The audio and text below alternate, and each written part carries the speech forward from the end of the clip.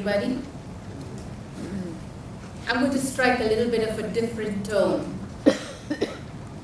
If the phenomenon of Pope Francis is not to degenerate into a cult of personality, but remain prophetic, we need to be annoyed.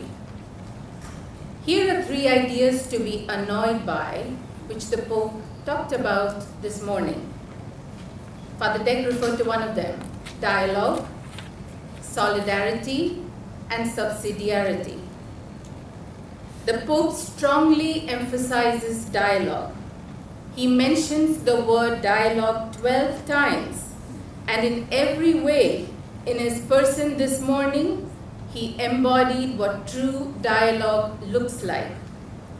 We heard a pastoral voice that asked us to resist every type of fundamentalism, simplistic reductionism, and every form of polarization. This is language that is very familiar to us in an intellectual culture like all of us have here at LMU. However, it is my responsibility as a theologian and as an academic to ask in some annoyance, does this spirit of dialogue extend to those areas that the institutional church closes its doors to? I speak here of Pope Francis and his predecessors' closing of doors to the gendered framework for the theology of the priesthood in the Roman Catholic Church. Solidarity was mentioned by the Pope 4 times. Solidarity, or the spirit of cooperation, he said, means a union of fellowship arising from common responsibilities. It is interesting that the Pope references this idea in relation to the work and lives of ordinary people. He proposes solidarity as a new way to think about national or political identity and emphasizes the common good rather than individual good. But in his speech today, the Pope did not go as far as he has done in the past to articulate the insight of South American liberation theologians that solidarity means the radical conversion to the poor as demanded by Jesus in the Gospels. Solidarity demands that we unlearn our relative privileges for the sake of those who have nothing. The Pope's use of the term solidarity may soothe progressive and liberal sentiments, but only an unlearning of relative privilege can protect us from the paternalism and genteel benevolence of uncritical solidarity of people who want to do good because they feel guilty. Finally, the Pope talked about subsidiarity. He talked about this only 2 times. But this is a specifically Roman Catholic idea developed by the First Vatican Council.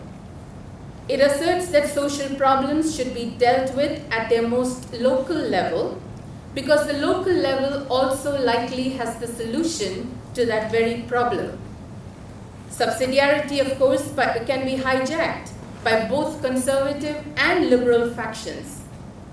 On one hand, it can be used as an argument against big government. On the other, it can be used as an argument for grassroots democracy. The Pope spoke about reciprocal subsidiarity in relation to building the nation. Specifically, he was referring to the immigrant problems that we have. Here, both dialogue and solidarity structures reciprocal subsidiarity. Once again, of course, as an annoyed academic, I have to note, libertarian ideologues can arm their communities against immigrant groups using this principle, or a sentimental and lazy subsidiarity can stay shocked at the sight of a dead refugee child on a beach in Europe, arguing helplessness or apathy because Syria, Myanmar, Middle East, where we have refugees in the thousands, are simply too far away from us in Los Angeles. If Pope Francis is going to be more than the personality cult that is developing around him, the academic community here at LMU is enjoined to stay with the ambiguities presented by him and his moral perspectives. The dream of any final solution should terrify us. The Pope's words should console no one. We at LMU, drawing on our Ignatian tradition, need to detach from the need for superheroes, even when they come in papal robes. We need to go beyond the consolations of easy identification and the need for a Messiah we can see and touch. Instead, let the Pope be Pope. Bring the prophet to speech.